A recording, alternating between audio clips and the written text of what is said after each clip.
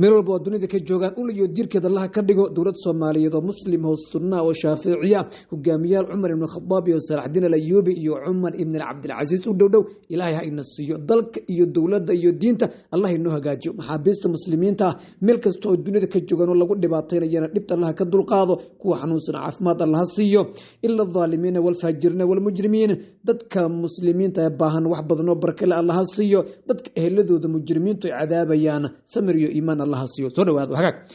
markuu ugu horeysa afhayeenka jamhuuriyadda islaamiga Iiraan gaar ahaan ciidanka militariga wadankaasi ayaa sheegay in dowladda wadanka Iiraan daqiiqadna aanay joojin doonin soo saarista gantaalada wadanka Iiraan waxa uu yiri afhayeenka militariga wadanka Iiraan cadowga iyagu waxa uu moodayaa inaan gantaalada soo saaristooda naga joojin karaan laakiin been ayaa isku sheegteen ayuu yiri sidii aan u soo saari jirnay si ka daran ayaan hadda gantaalada u soo saarayna ayuu yiri waxaad isku dayaysaa inaad duqeysaan meelaha aan ka soo saarno hubkeena laakiin waxa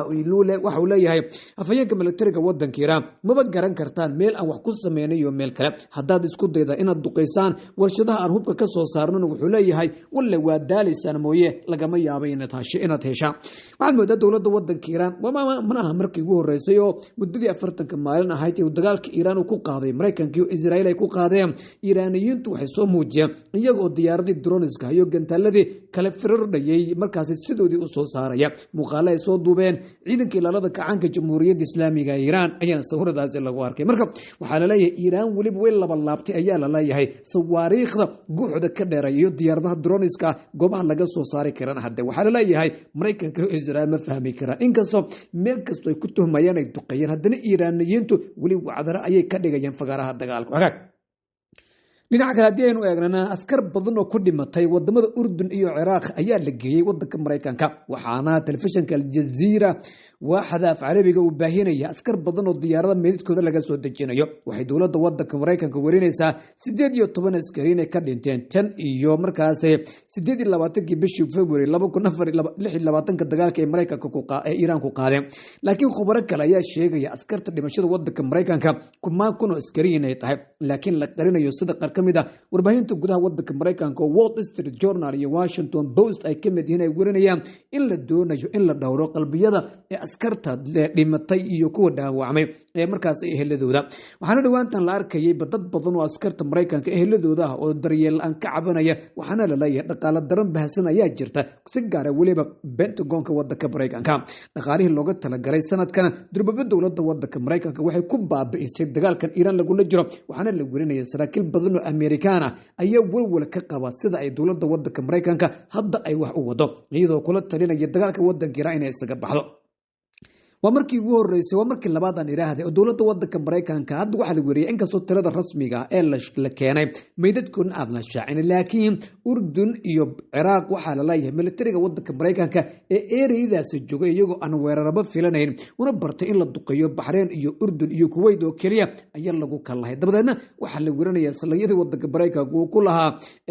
magaalooyinka iyo kuwa qarsoodiga ah Ciraaq iyo wadanka Urdun si yaab leh ayay u garaceen Iiraaniyiintu waliba Urdun macaamiil ayay ka dhigteen oo toddobaadkii la soo dhaafay habeen kasta waa la garaacay iyadoo boqortooyada jawaasiista ah u shaqeynaysa Israa'iil iyo Mareykankana xaaladeeda ay aad u liidato boqorka wadankaasna tan markuu dagaalka bilaabayba xitaa muuqaalkiisa warbaahinta laga daawar marka waa isla arki doonaa laakiin madaxweyne Donald Trump ayaa si weyn ugu xanuunsaday askartan meedadkooda laga soo dejiyay wadanka Mareykanka waxaana uu sheegay Iiraaniyiintu in ay markaas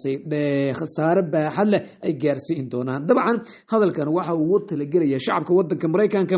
eheladooda marka askartoodii meedkooda laga soo dejiyay gudaha wadanka Mareykanka laakiin Iiraaniyiintu hanjabaada dowladda wadanka Mareykanka wax macaan leh kama soo qaadayaan dhinaca kalena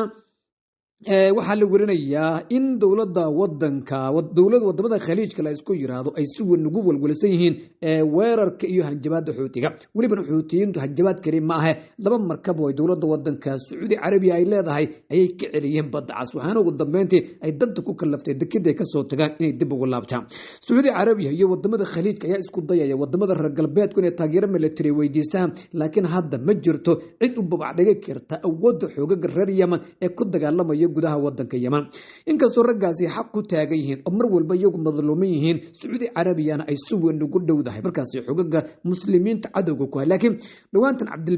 Abdulmalik Badruddin al-Houthi ayaa sheegay in Saudi Arabia ay tahay akbar shaydaan fil caalam al-islaami ayuu yiri wuxuu yiri cid kastoo dadka muslimiinta dhibaataynaya halkaas ayay soo marta ayuu yiri marka waxa uu wacd ku maray dadka muslimiinta ah dhibaatada ay ku hayso boqortooyada Sacuudi Carabiya inuu ka dulqaadi doono laba mid adinka ayaa xaq u leh inaad Yemen faraha ka qaadaan oo aad iska ilowdaan wadanka inaad maamulataan annagu keen idinku ma haysana laakiin annagoo reer Yemen ah reer Sacuudi iyo dadkii aanu naqinay amarka ma qaadan doono cunaqabateen naguma dulhayn doona ayaamihii aan sabri jiray waa laga soo gudbaye waa inoo seefiyo dagaal ayuu yiri hogaamiyaha ugu sarreeya xogaga geesiyaasha ah ee walaalaha reer Yemen Cabdilmalik Badruddin al-Houthi marka golaha waxa looga yeero khaliijka ayaa si weyn u cambaarayay ee weerarka ama hanjabaad xogaga reer Yemen ay ku sheegeen gacanka la yiraahdo Bab al-Mandab iyo Badda Cas inay xiri doonaan waxa looga yeero golaha khaliijka ayaa sheegay in marna la aqbali doonin in la xiro Bab al-Mandab iyo Badda Cas xuutiyiinta arintaasi ku dhaqaaqana inay si weyn u cambaarayn iyo hadal fataago warbaahinta la isu mariyay meesha waa ka soo gudubtay gantaale iyo diyaarado drones ah xirfad military iyo xaq iyo baadil ba dagaalamaya labada mid soo gala marka cambaaraynayna hadii wax tarayso tan maalintii dagaalka bilowday Iiraan wala cambaaraynayay talo Iiraan cambaaray ma ka soo baxday adinkan idin weydiin jawaabta waa hagaag marka waxa la leeyahay shaq cajiib dhinaca kale telefishinka Al Jazeera ayaa baahinaya Israa'iil waa laga qahaya sida telefishinka Al Jazeera uu warinayo muuqaal telefishinka Al Jazeera waxa af Carabiga uu soo bandhigay ayaa waxa la leeyahay in ka badan 39% dad ka badan ayaa dib ugu laabanaya Israa'iiliyiinta wadamadii ay asal ahaan ka yimaadeen intay goortay ayaa la warinaya qaarkood inay ku sii laabanayaan wadamadii ay ka yimaadeen sida Jarmalka iyo Faransiiska iyo guud ahaan wadamada reer galbeedka waxaan intooda badan isku dhiirigelinayaan halkan waayaha aynu joogi jirnay waa dhamaadeen sidaas daraadeed marka cid kasta waa in ay halkii asalahan ay ka timaadeen ay dib ugu laabataa waxaa la leeyahay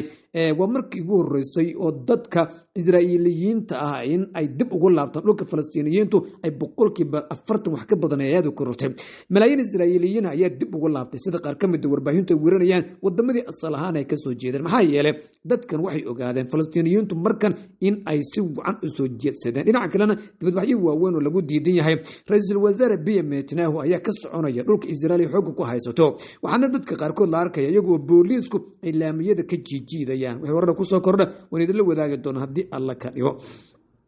waa wararkan dhinaca kale hadii aynu eegnana wadamada khaliijka ku soo laaban doona iyo wararkan kale ee caalamka kale ku soo laaban doona laakiin waxaan eegaynaa markan wararkii dhinaca iyo wadanka Ukraine iyo Ruushka ayaynu eegi doonaa iyo wax ku soo kordhay hadii la ka dhigo militariga wadanka Ruushka ayaa wacd ku maray in Ukraine ay tallaabo culus ka qaadi doonaan hadii dagaalka ay markaas wado uu sii socdo isla markaana waxay warinaysaa dawladda wadanka la yiraahdo Ruushka inaanay dhibaatada intaas ku ekaan doonin midowga Yurub iyo reer galbeedka qaarkood ayaa isku dayaya in Ukraine ay ciidamo u diraan laakiin dawladda wadanka Ruushka arintaasi si weyn ay ugu soo horjeesatay waxayna wacd ku martay in hadii arintaasi la isku dayo dhibaato badan ay ka dhalan karto militariga wadanka Ruushka ayaa sidoo kale Ukraine weerar culus ku qaaday 24 saac la soo dhaafay waxaana la arkayaa markaas khasaaro militariga wadanka Ukraine iyo sidoo kale qaar kamid ah dadka xaliliinta ay warinayaan sheegayaan in xaalad adag ay jirto wadanka Ukraine waxa la warinaya in xaaladoodu ay tahay mid aad u liidato dhan kastoo la eegana ay marba marka ka dambayso si xumaanayso xaaladda iyadoo qaar kamid way leeyihiin dhibaato adag ayaa Ukraine ka jirta dhinaca kalena diyaarado drones ayaa lagu weeraray badda madow meel la yiraahdo halkaas oo la warinayo in ay joogeen maraakiib waxaana la warinaya in diyaaradaha droneska dawladda wadanka Ukraine ay ku weeraray maraakiibtaasi ilaa iyo hadda cid sida rasmiga u leh lama shaacin inkastoo qaar kamid ah warbaahintu ay leeyihiin hawshu way adag tahay laakiin wakaalada wararka dawladda wadanka Ruushka war ku faafisay ayaa sheeko cajiib ah warinaysa iyadoo soo xiganaysa wasaaradda gaashaandhigga dawladda wadanka Ruushka 24 saac la soo dhaafay militariga wadanka Ukraine waxay waayeen sida la leeyahay in ka badan 1270 askari dagaaladii ugu dambeeyay ee dhacay sida taas ay warinayso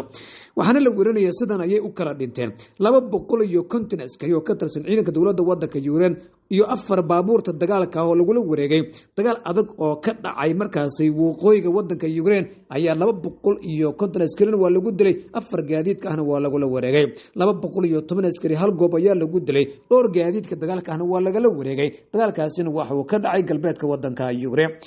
140 askari oo ka tirsan ciidanka militariga wadanka Ukraine waa la dilay 4 gaadiidka dagaalkana waa la wareegay dagaalkaas isaguna waxa uu ka dhacay koonfurta wadanka Ukraine sidoo kale 240 askari iyo sidoo kale meel ayaa lagu dilay 3 gaadiidka dagaalka ahna waa laga wareegay dagaalkaasna waxa uu ka dhacay bartamaha wadanka Ukraine 380 askarina hal goob ayaa lagu dilay gaadiid kalena waa lagu qabsaday kuwana waa lagu burburiyay dagaalkaasina waxa uu ka dhacay bariga wadanka Ukraine konton askari ayaa la dilay xerooyin iyo dhowr gooboodna waa laga wareegay militariga wadanka Ukraine dagaal culus oo ka dhacay meesha la yiraahdo ee Dnipro oo ku taala markaas ee wadanka Ukraine waxa markii la leeyahay marka ka dambaysa dagaalka culus ee Ukraine iyo Ruushka u dhaxeeya way sii xumaanaysaa xaaladda Ukraine iyo Ruushka waana mid keentay sida la leeyahay in militariga wadanka Ukraine hadda maalin batan ka dambaysa ay sii burburayaan wasaaradda gaashaandhigga militariga wadanka Ruushka ayaa iyaduna waxay sheegaysaa in diyaarado drones oo militariga wadanka Ukraine ay isku dayayaan inay ku weeraraan gudaha wadanka Ruushka gaar ahaan gobolada dariska ah oo Belgorod uu kamid yahay ayaa la weeraraya weeraradaasi culus in ay ka dhaceen waxaad moodaysaa marka ka dambaysa Ruushka waxaad moodaysaa dagaalkiisu inuu si weyn u xoojinayo iyadoo dhinaca kale sida la leeyahay dawladaha reer galbeedka iyaguna isku dayayaan si wuxuun inay u badbaadiyaan militariga wadanka wadanka Ukraine dawladda wadanka Ukraine ayaa lumisay sida la leeyahay 6 kanaal oo isgaarsiin oo shirkadda Starlink la yiraahdo ee Elon Musk leeyahay ay ugu deeqeen militariga wadanka Ukraine si ay ugu dagaalamaan ama ay dagaalka ugu guuleystaan laakiin waxba ma tarin meesha la yiraahdo Zakharkov meel la yiraahdo iyo gobolka la yiraahdo Kharkov ka tirsan ayaa sidoo kale laga wareegay militariga wadanka Ukraine adeegtaan waxa la leeyahay dagaalka dhinaca dhulka ah militariga wadanka Ukraine si baan ayay ugu jimaan laakiin iyaduna taa bedelkeed waxay isticmaalayaan diyaarado drones oo aad u dhib badan wararkani wixii ku soo koray waan idin la wadaagi doonaa saaxiibadayo inta ka horeysa nabadgelyo